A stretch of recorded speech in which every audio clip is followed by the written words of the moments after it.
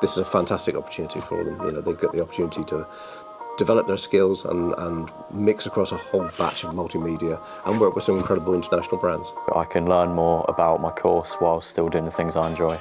My name's Ralph Wills, co-founder of The Logical Choice. My name's Luca. I'm a marketing apprenticeship working at The Logical Choice. I chose to do an apprenticeship because I'd already worked and done some experience at this company before. It was the best for me if I carry on doing an apprenticeship so I get more experience whilst doing the things I enjoy more.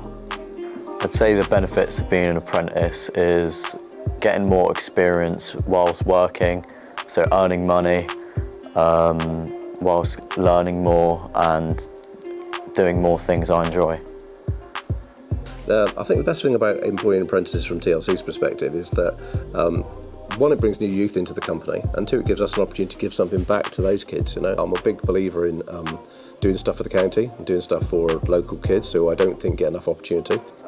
I'd say the highlight of my apprenticeship experience is getting to learn the company more whilst trying out new things like marketing while still doing things I'm interested in, such as graphic design and creative advertising, so like incorporating bits I like together.